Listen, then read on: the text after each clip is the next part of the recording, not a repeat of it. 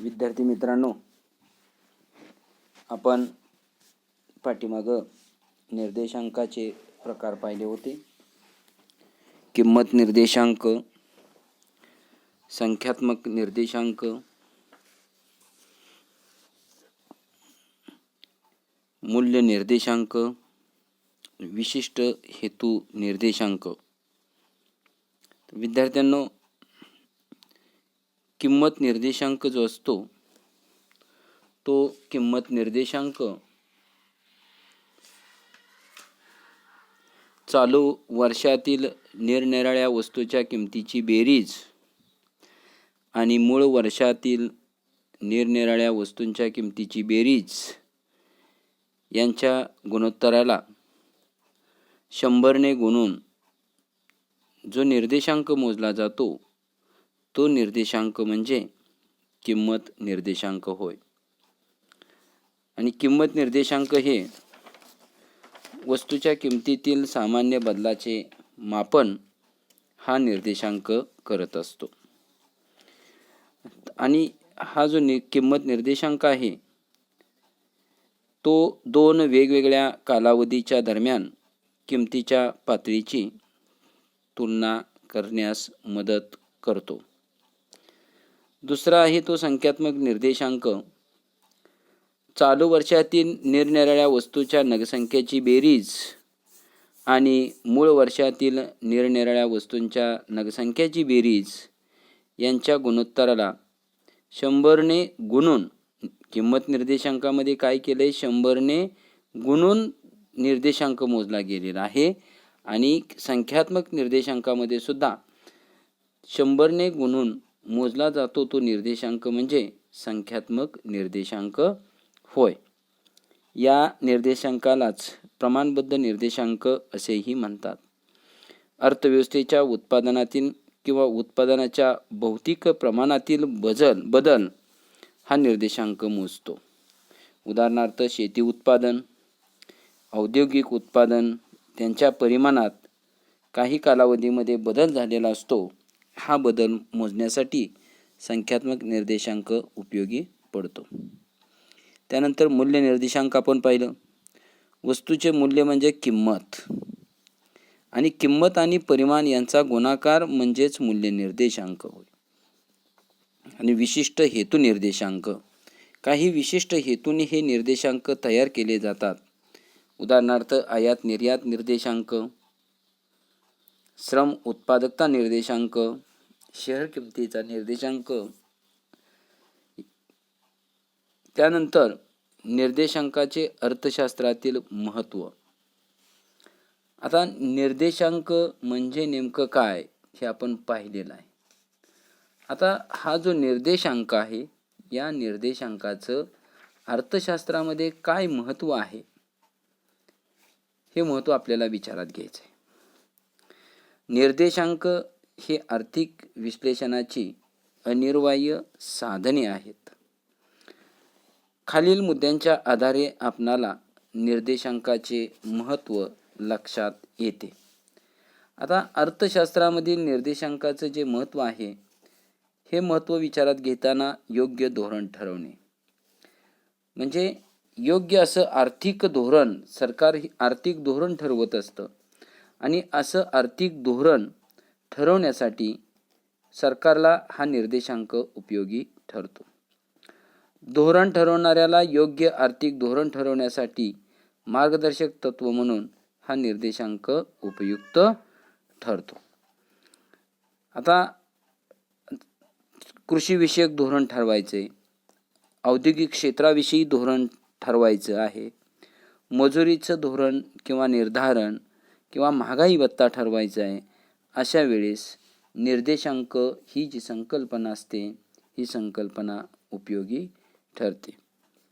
औद्योगिक क्षेत्र, कृषी क्षेत्राशी संबंधित आर्थिक धोरण ठरवत असताना, वेतन पातळी ठरवताना, महागाई भत्ता ठरवताना संबंधितांना हा निर्देशांक उपयोगी ठरतो. त्यानंतर कल आणि प्रवृत्तीचा अभ्यास. आणि कल आणि प्रवृत्तीचा अभ्यास करण्यासाठी हा निर्देशांक ही संकल्पना उपयोगी ठरते. उत्पादन किंमत, आयात निर्यात, एखाद्या क्षेत्रातील एकूण उत्पादन अशा वेगवेगळ्या चलातील बदलांचा कल म्हणजेच प्रवृत्ती अभ्यासण्यासाठी हा निर्देशांक उपयोगी ठरतो. उदाहरणार्थ गेल्या 5 वर्षापासून औद्योगिक उत्पादनाचा जो निर्देशांक आहे तो निर्देशांक तपासून आपण महत्त्वपूर्ण निष्कर्ष काढू शकतो.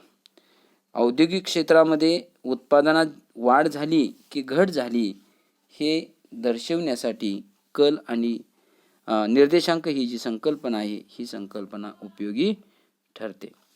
आता 2014 ते 2019 या कालावधीत भारतातील औद्योगिक उत्पादनातील बदलाचा औद्योगिक उत्पादन निर्देशांकाद्वारे अभ्यास करता येतो.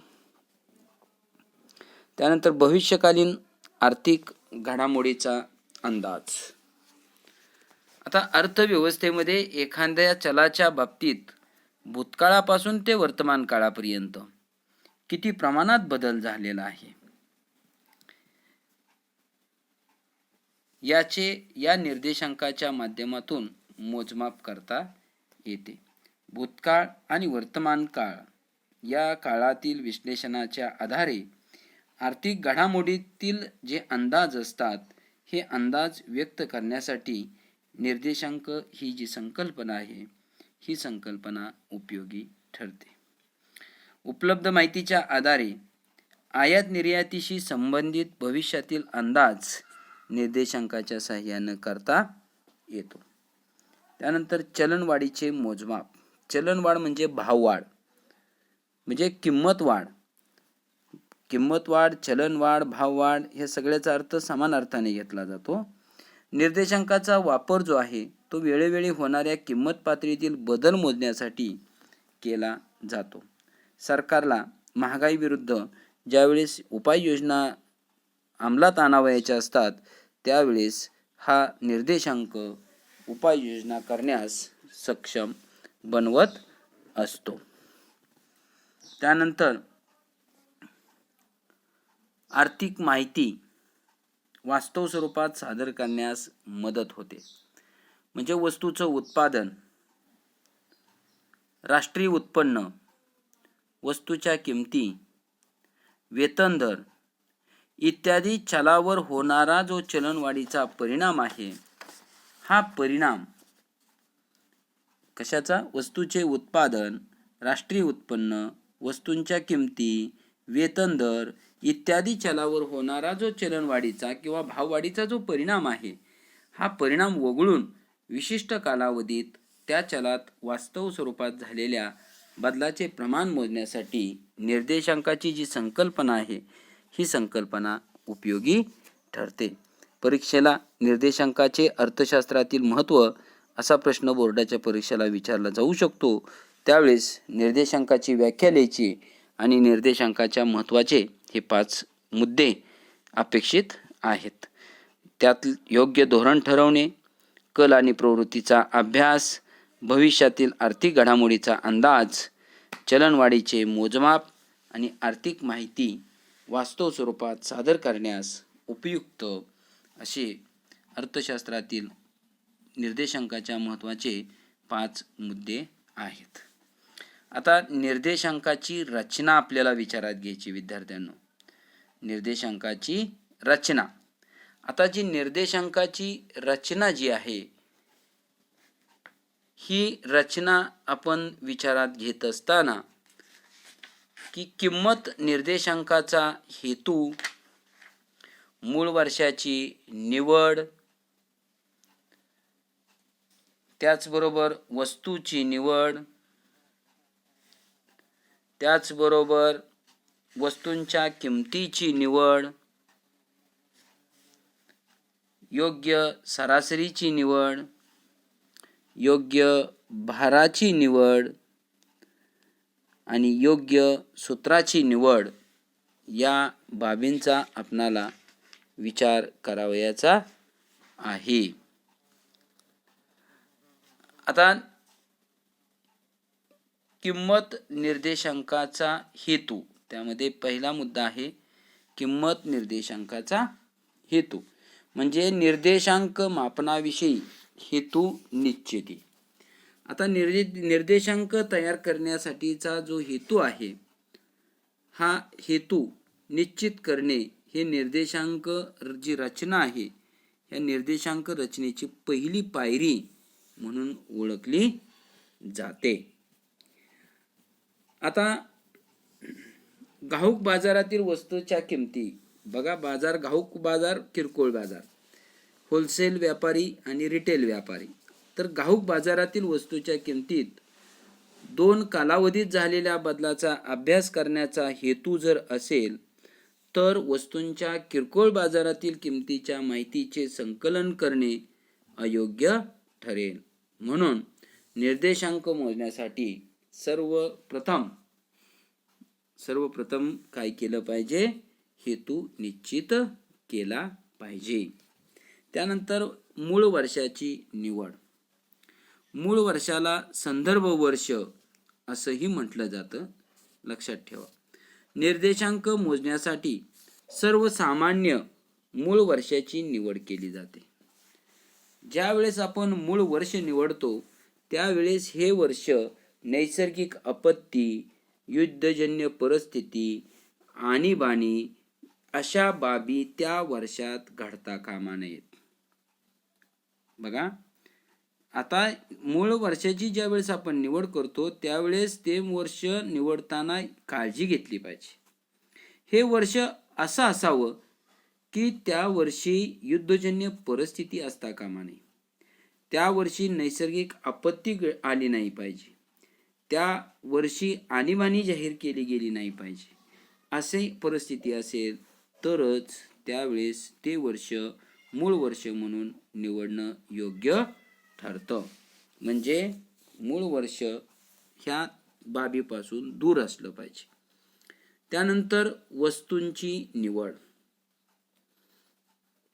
निर्देशांक तयार करताना लोकांच्या आवडीनिवडी, समाजातील लोकांच्या चालीरीती, समाजातील लोकांची आर्थिक स्थिती इत्यादींचे प्रतिनिधित्व करणाऱ्या प्रमाणित वस्तूंची निवड करणे आवश्यक असते.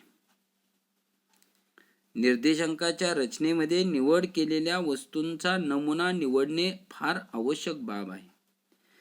किंमत निर्देशांकाच्या निर्मितीमध्ये प्रत्येक वस्तूचा समावेश करणं अशक्य असतं.